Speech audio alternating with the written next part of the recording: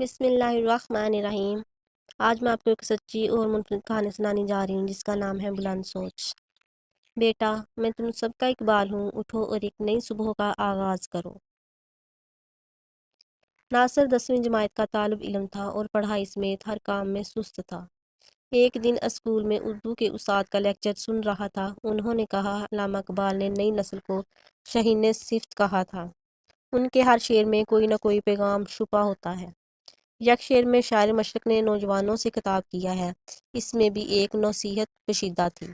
جوانوں کو میری آہ سحر دے، پھر ان شہین بچوں کو بالوں پر دے۔ اس شعر میں علامہ اقبال اللہ تعالیٰ کے حضور دعا کر رہے ہیں کہ اے میرے اللہ، میری قوم کے سارے نوجوانوں کو میری صبح کے وقت کی وہی فریاد عطا کرنے کی توفیق دے جو تو نے مجھے دی ہے۔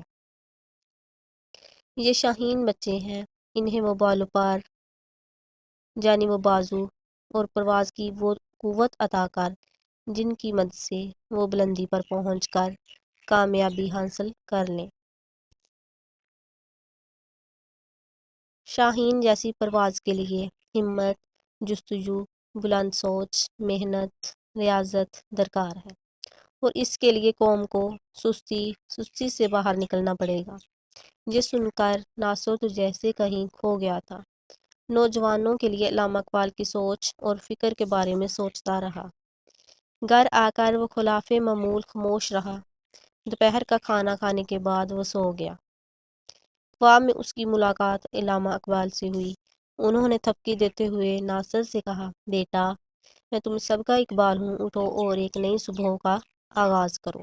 ناصر کی آنکھ کھلی تو اس نے ارادہ کیا کہ وہ اپنے آپ کو اقبال کے افکار کے مطابق ڈالنے کی کوشش کرے گا۔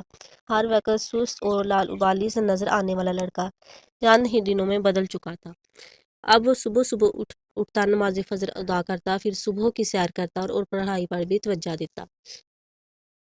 اس کے اندر آنے والی اس تبدیلی پر لوگ حیران ہونے کے ساتھ ساتھ خوش بھی تھے۔ امی ابو نے اسے خوشگوار تبدیلی کا پوچھ ہی لیا، جس پر اس نے اقبال کے اشعار اور خواب میں آنے والے حضرت علامہ کا باش بیٹے شاباش۔ ناصر کے ابو نے خوش ہو کر کہا۔ پھر سب نے دیکھا کہ میٹرک کے امتحان قریب آتے ہی ناصر نے بھرپور محنت کی۔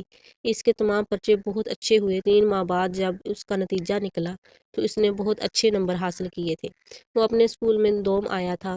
اس کے والدین، اساتذہ اور بہن بھائی بہت خوش تھے۔ اس خوشی میں شام کو گھر پر ایک تقریب کا اہتمام کیا گیا تو اس کا چہرہ خوشی سے کھل اٹھا۔